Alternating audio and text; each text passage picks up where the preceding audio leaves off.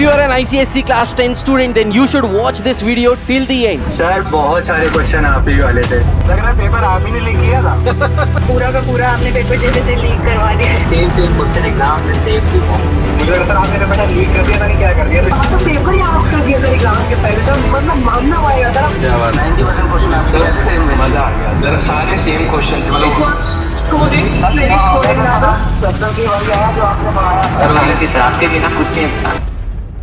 ये जो सारे बच्चे यहाँ पे आपको बता रहे हैं कि पेपर सेम टू सेम वही आ गया जो हमने पढ़ाया था, वैल्यूज भी सेम टू सेम आ गई। ये पिछले 2 से 3 साल से हम लोग करते आए हैं और इस बार 2025 बोर्ड एग्जामिनेशंस में भी हम यही करने वाले हैं। Hello children, welcome to the channel with me Payal Singh. Thumbnail देख लिया होगा and you know what the video is all about. Excited isn't it? That's why you are here. Yes, it's civics paper league 2025। शुरू करने से पहले आपको मुझे ये बताना है कि सिविक्स में ऐसा कौन सा टॉपिक है जो आपके हिसाब से आपको टफ लगता है, या फिर ऐसा कौन सा चैप्टर है जो आपको समझ में नहीं आ रहा है। Let me know in the comment section, maybe I can help you out with that. दूसरी चीज़, the much awaited guest paper is available on Maheshwari classes app. The link for the same is provided in the description box below. What are you waiting for? Go and grab your copy. Let's start the video. हम शुरू करते हैं the chapter union legislature से। जो इस chapter की weightage है वो कुछ इस तरह से है। 1 मार्क्स के MCQs हैं, 2 MCQs। इस बार जो MCQ स्पेसिमेन पेपर में आया है वो 6 to 7 मार्क्स के MCQs हैं आउट ऑफ 16 मार्क्स। हिस्ट्री के 9 MCQs हैं और 7 MCQs हो गए आपके सिविक्स के। नॉर्मली जो MCQs आते हैं वो 4 आते हैं, बट इस बार के स्पेसिमेन पेपर में 7 MCQs हैं। So on an average 2 MCQs for each chapter. ये है 2 MCQs 1 marks plus a 2 marker question that is a very short question from this chapter, and a 10 marker question which is 3 + 3 + 4. तो ये हो गए आपके 14 marks के। तो इस चैप्टर का वेटेज हो गया 14 मार्क्स। अब जो इम्पोर्टेंट टॉपिक्स हैं इस चैप्टर से वो हैं फेडरल फीचर्स। कोई 2 फेडरल फीचर्स आप याद कर लीजिए। Terms, composition, qualification and election process of the members of Lok Sabha and Rajya Sabha, ये पता होना चाहिए। Powers and functions of the speaker and chairman, that is the presiding officer of both the houses, that is the Lok Sabha जहाँ पे speaker होते हैं और राज्यसभा जहाँ पे ex officio chairman होते हैं जो कि vice president हैं इंडिया के। Any 2 powers and functions.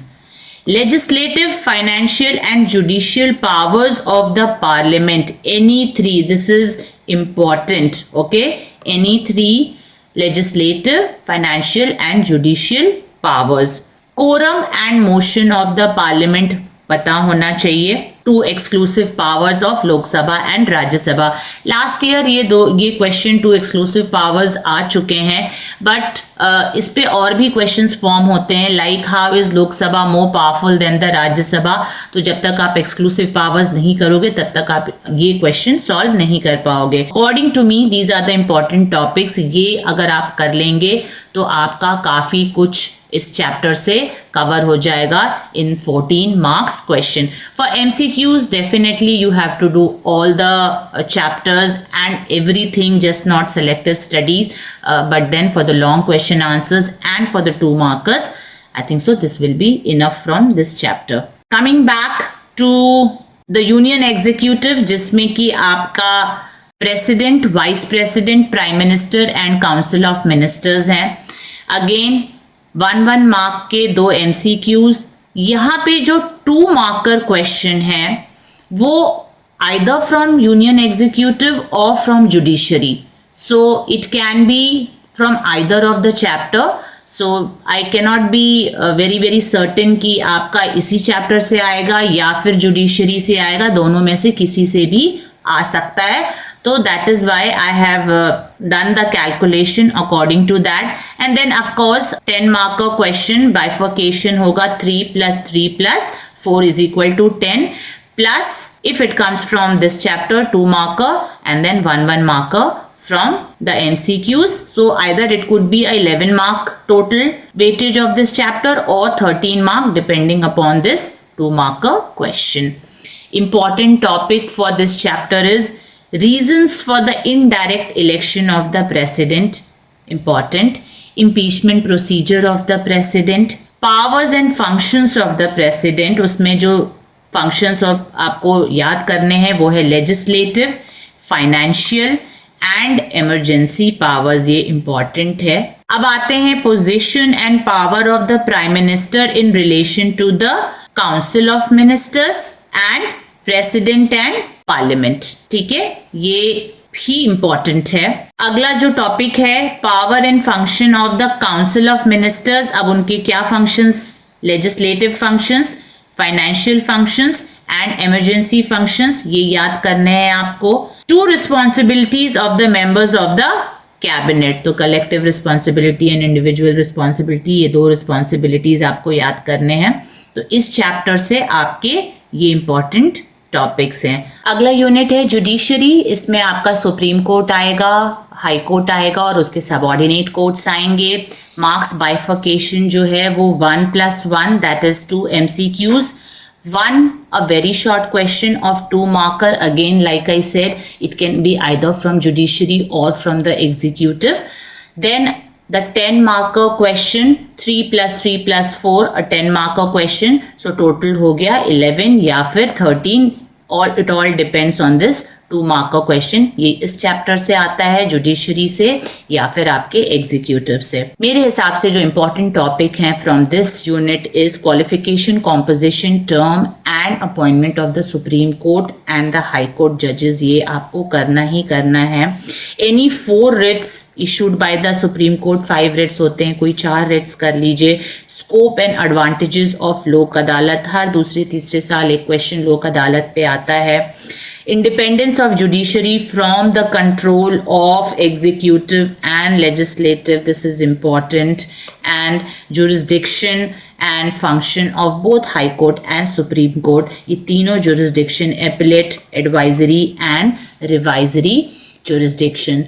तो मेरे हिसाब से ये important topics हैं जिसे आपको करना ही चाहिए. बाकी मैं selective study के favor में नहीं हूँ. I always recommend that you have to study the whole syllabus, but this is just for your help that you do not miss out the important topics. जो guest papers हैं उसमें ये सारे topics covered हैं through question form. Question form में आपको ये सारे टॉपिक्स मिलेंगे, specially designed keeping in mind the competency based question. MCQs जो हैं वो इस फॉर्म में आएंगे, either in the match the following. Picture based question होगा MCQ में, केस स्टडी होगा, complete the given analogy, assertion and reasoning होगा, find the odd one out. आपको 4 ऑप्शंस दे दिए जाएंगे, उसमें से ऑड वन आउट निकालना है. Which statement is not correct. तो इस तरह के MCQs होंगे. All these MCQs, the pattern of the MCQs is being covered in your guest paper, and it will be really helpful to you because it's been made keeping in mind the new exam pattern, that is the 25% competency based questions. So that's it from my side. I wish you all the best and study hard.